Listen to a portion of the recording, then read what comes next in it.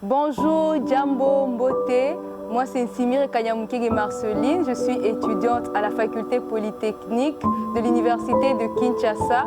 Je fais l'électromécanique. Je suis boursière Open Skies du programme Open Map Development Tanzania.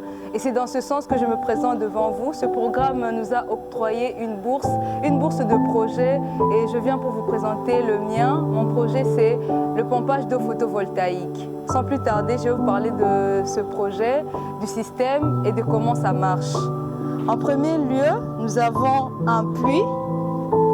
Nous avons un puits qui est une réserve d'eau naturelle qui vient du sol. Ensuite, nous avons un réservoir qui va nous permettre de stocker de l'eau. Notre réservoir a une capacité de 500 litres. Et nous avons notre pompe. La pompe, c'est l'élément motrice de notre projet, parce que c'est elle qui va nous permettre d'aspirer l'eau du puits pour la stocker au niveau du réservoir et bien entendu par le système de tuyauterie. Et bien pour que notre moteur fonctionne, elle a besoin d'énergie. Pour que notre pompe fonctionne, elle a besoin d'énergie. Et cette énergie, c'est une énergie renouvelable, une énergie propre, c'est l'énergie du soleil. Eh bien, les panneaux qui sont au-dessus captent l'énergie solaire et grâce à ce contrôleur, le contrôleur transforme cette énergie du solaire en énergie électrique qui va permettre de faire tourner le moteur et ainsi pomper l'eau. Nous avons en dernier lieu un fusible qui sert d'interrupteur et il suffit juste d'appuyer, d'élever pour que notre pompe commence à marcher. Voilà. Et à l'intérieur de notre réservoir, nous avons une jauge. Cette jauge, en effet, elle sert à indiquer que notre réservoir est déjà plein. Il ne faudrait pas que notre pompe continue à fonctionner pendant que le réservoir est déjà plein. Sinon, ça risque d'endommager notre pompe.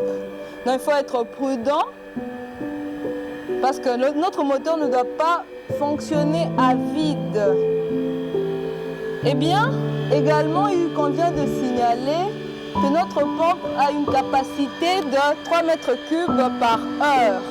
C'est-à-dire que si on avait les moyens, on peut remplir 20 réservoirs de cette taille, c'est-à-dire de 500 000 par jour. Et ça, en tout cas, c'est extraordinaire. Ça pourrait aider beaucoup de populations à être autonomes en eau.